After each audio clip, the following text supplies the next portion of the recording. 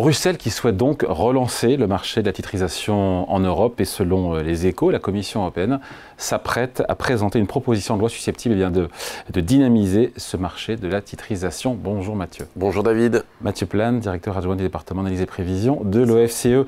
J'espère qu'on ne va pas perdre du monde en route parce que titrisation, les trois quarts des gens ne savent pas ce que c'est et ceux qui pensent savoir, à mon avis, se trompent, dont je fais partie. Non, alors ça a eu son heure de gloire pour des mauvaises raisons. Hein. Exactement. Quand on voit cette titrisation, ça nous renvoie évidemment à la grande crise financière de 2008-2009, la crise des subprimes. Déjà, juste rappeler, c'est un sujet très important. Et déjà, ce qu'est la titrisation. Moi, dans mon souvenir, c'est une technique qui permet en fait aux banques de sortir de leur bilan, de se délester des paquets de crédits qu'elles ont fait aux entreprises, aux particuliers, et de les transformer dans des titres pour des investisseurs qui sont en recherche de rendement. Exactement. C'est ça l'explication? Oui, en fait, c'est rendre liquides des choses qui sont illiquides. Au fond, vous voyez, une banque, elle va faire essentiellement du crédit aux particuliers, aux entreprises. Elle est contrainte pour des histoires de règles prudentielles, notamment de fonds propres ou de solvabilité. Donc, il faut des dépôts en face. Elle ne peut pas prêter à l'infini. Voilà, elle ne peut pas prêter à l'infini. Si elle veut prêter plus, il faut qu'elle sorte de son bilan une partie de ses crédits. Alors comment faire? Il faut que d'autres les rachètent, mais vous ne rachetez pas des crédits individuels. Donc l'idée, c'est de faire des paquets de crédits que vous allez transformer dans ces crédits, donc ces créances, vous allez sortir du bilan des banques. Ça va être transformé par un intermédiaire, qui est en fait un véhicule ad hoc, on appelle ça comme ça, qui lui va faire de l'ensemble de ces crédits des titres. Des titres qui vont avoir des couches, en fait, cumulés de crédits représentatifs, alors qu'ils peuvent être différents. Donc ça a été le cas des subprimes, où vous aviez des produits à l'intérieur des titres qui pouvaient être différents, ou alors ça peut être beaucoup plus homogène. Et ces titres, en fait, qui sont un espèce d'agrégat de crédits, des tranches de crédit. Des tranches, en fait, effectivement, c'est des tranches. Alors les tranches peuvent être très différentes. Vous allez le remettre sur le marché sous une forme de titre, en fait, et c'est plus un crédit. Et donc là, des investisseurs vont les acheter avec un rendement qui correspond, en fait, à ce que versait, en fait, l'emprunteur à la banque. Et donc la banque sort de son bilan un certain nombre de crédits qui vont partir sous forme de titre. Et donc là, elle peut, du coup, reprêter parce que c'est plus elle qui porte le risque. Et là, on voit le bienfait, entre guillemets, de la titrisation. Ça libère du capital pour financer, pour que les banques puissent faire d'autres crédits aux ménages, aux PME. Et donc de prêter plus, a priori, c'est plutôt une bonne chose, non? Oui, l'idée de base, elle est plutôt bonne. C'est-à-dire, vous sortez effectivement un certain nombre de créances du bilan des banques pour justement libérer de l'espace pour qu'elles puissent reprêter. Alors, flécher notamment du crédit aux ménages, aux entreprises, parce qu'effectivement, pour ces ratios L, c'est plutôt bon. Et vous diversifiez le risque, parce que vous faites des tranches, en fait. Et donc, dans ces tranches-là, vous pouvez avoir différents types de crédits. Des crédits qui sont peu risqués, des crédits un peu plus risqués, et donc vous avez une rémunération moyenne qui correspond à tout ça. Et donc ça permet, à la base, ce qui est intéressant, c'était fait pour ça, c'était pour diversifier le risque. C'est-à-dire, en faisant ça, vous libérez de l'espace pour les banques parce qu'elles peuvent refaire du crédit, parce qu'elles ne portent pas elles seules le risque. Donc c'est les investisseurs qui vont le porter, vous diversifiez le risque, et vous le faites par ce mécanisme-là de titrisation. Donc c'est très bien, le problème c'est quand ça s'emballe, ou quand vous ne savez plus où le risque est. Ok, donc on dit que d'un côté, c'est utile au bon fonctionnement du marché du crédit, la titrisation, et en même temps, ça renvoie à la crise des subprimes, à la crise financière de 2008. Oui, parce qu'en fait, la crise des subprimes, c'est ça. C'est en fait, les banques ont sorti de leur bilan, justement les crédits risqués qui sont des crédits subprimes, qu'elles avaient les mélangés avec d'autres crédits qui étaient moins risqués, pour vendre des titres qui ont été évalués par les agences de notation comme sans risque. Sauf que le jour où vous apercevez que les crédits subprimes ne seront pas remboursés et que vous avez des défauts dessus, ces titres-là, qui ont été achetés par tous les investisseurs du monde, y compris les banques d'affaires, d'investissement et autres, finalement ne valent pas la valeur qu'on leur a donnée. Et donc, vous perdez beaucoup d'argent, mais vous ne savez plus, en fait, qui possède quoi. Et parce qu'en fait, ce risque-là, il n'est pas très transparent. Vous mettez, en fait, des couches, vous accumulez des couches.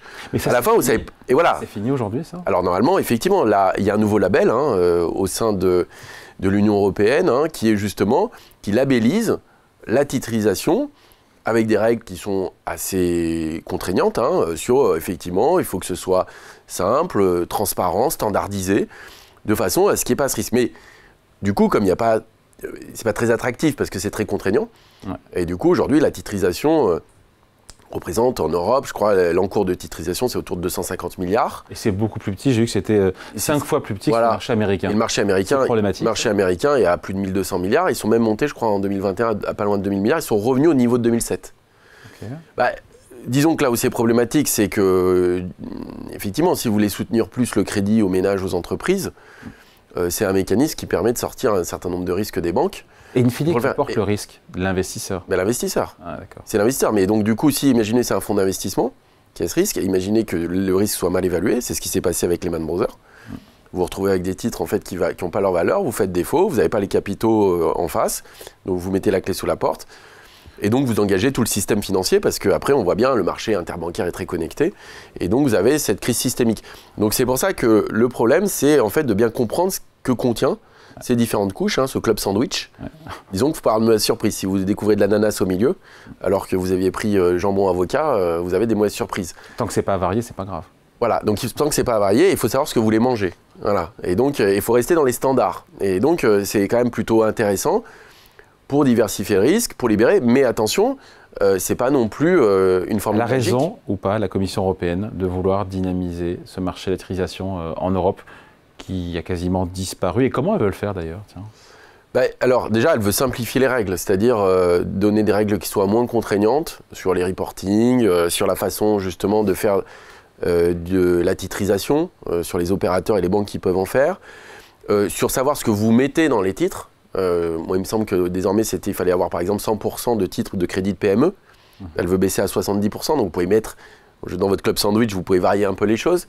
Et donc mettre des crédits conso. Et des crédits, d'autres crédits, vous pouvez avoir, ouais, exactement, vous pouvez avoir du crédit conso, vous pouvez avoir des crédits de différentes natures, des crédits cartes de crédit par exemple, etc. Et donc en fait, tout ce qui va donner un flux de remboursement en fait.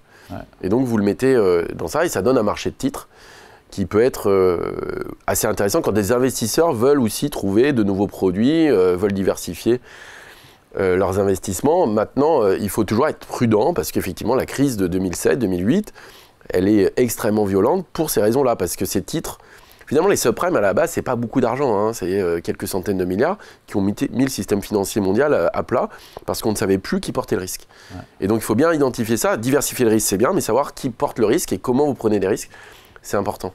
Donc on se dit quoi? Parce qu'il y a certains économistes ou même la Finance Watch qui s'inquiètent quand même des risques pour le système financier d'une relance de la titrisation. À tort ou à raison, est-ce qu'il faut craindre ce retour de la titrisation potentiellement en Europe? Je crois pas, on en est quand même très loin. Oui, enfin je pense que les leçons ont été tirées par rapport à 2007, on en est très loin et du coup il va y avoir quand même, je veux dire, on passe pas de quelque chose qui est très régulé à complètement dérégulé. Donc il y a une nouvelle marge qui est de dire en fait on simplifie la possibilité de titrisation, la possibilité de diversifier dans ces titres, mais quand même il y aura un suivi de tout ça. L'idée étant que c'est vrai que si on veut soutenir l'économie, si on veut que les banques jouent peut-être plus leur rôle de prêteur aux entreprises, aux PME, aux ménages, leur donner plus de marge de manœuvre. Un peu de marge de manœuvre, mais attention, si vous leur en donnez trop, vous êtes face à un nouveau risque, un risque financier, et donc il faut trouver le bon équilibre. Donc voilà, espérons que là on le trouve. En tout cas, on est quand même aujourd'hui très loin des Américains, c'est clair, donc il y a quand même des marges de manœuvre. Allez, merci beaucoup. Explication signée Mathieu Plane, directeur adjoint du département analyse et prévision de l'OFCE. Merci David.